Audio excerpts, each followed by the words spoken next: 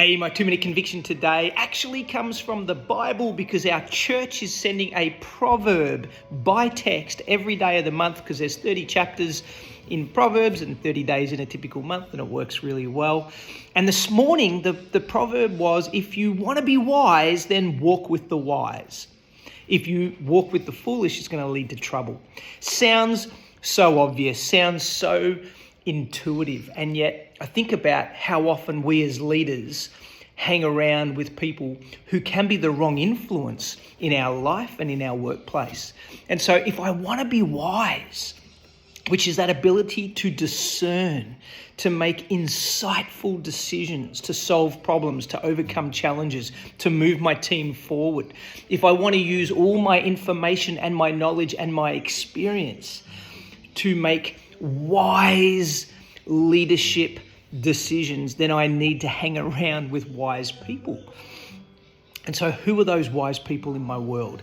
They're my mentors who hold me accountable, who have experience, who have walked this path before, who have my best interests at heart. It's my family and friends who love me even when I get it wrong, who speak life and encouragement and help motivate me to try again.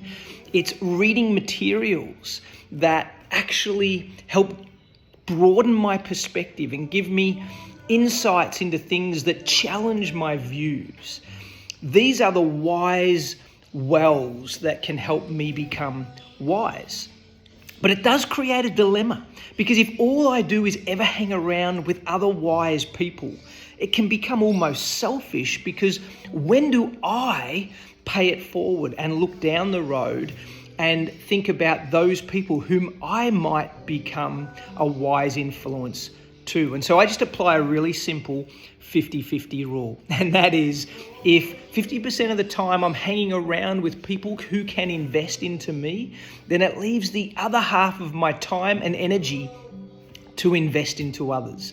And be wary, I guard myself not to be influenced negatively from those who might not be that wise, but I try and be an encouragement and a giver of life and a positive influence in their world, because it's all about paying it forward, letting the wisdom of prior years and experience carrying forward into the next generations of those around you. And that is the essence of leadership. The Bible says, if you want to be wise, walk with the wise. That's my 2-minute conviction. Have a great week as you grow in your wisdom.